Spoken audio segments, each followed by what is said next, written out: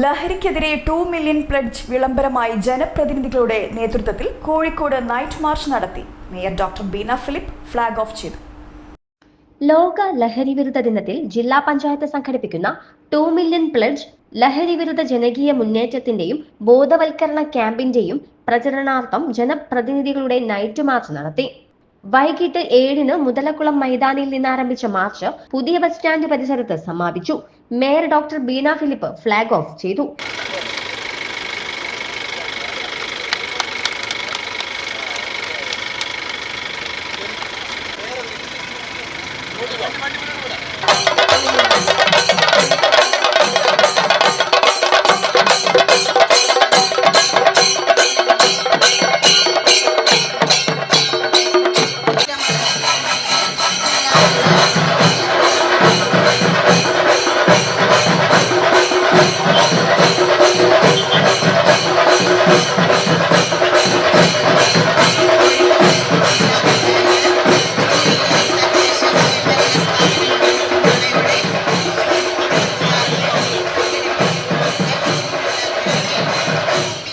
MLA-മാരായ Ahmed Devarkovil, PTA റഹീം, KM Sachin Dev, ജില്ലാ panchayat president Sheeja Sasi, city police commissioner T Narayanan, ജില്ലാ panchayat vice president advocate P Gavas, secretary TG Ajeesh, public relations department മേഖലാ deputy director KT Sekhar എന്നിവർ സംസാരിച്ചു.